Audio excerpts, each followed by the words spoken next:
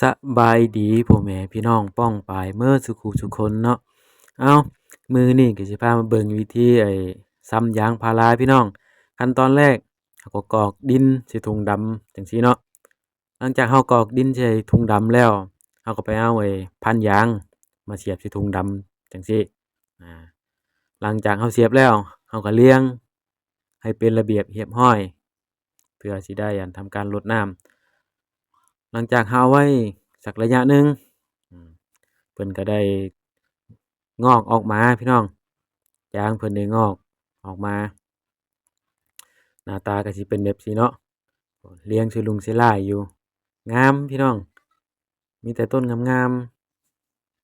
ๆนี่เพิ่นหน้าตาเพิ่นงอกออกมาเนาะนี่งามจังซี้เลยอยู่อีกสักระยะหนึ่งเพิ่นก็เริ่มใบเพิ่นก็เริ่มแก่ออกมาเนาะนี่ใบเพิ่นเริ่มแก่ออกมาแล้วออกยอดชัดหนึ่งแล้ว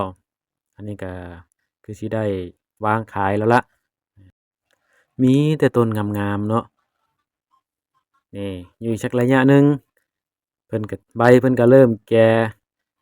เพิ่นก็เริ่มออกยอดสัด1 2สัดเราก็สามารถนำมาวางขายให้ลูกค้าได้เนาะพี่น้องเนาะผู้ใดสนใจก็ทักถามเข้ามาได้พี่น้อง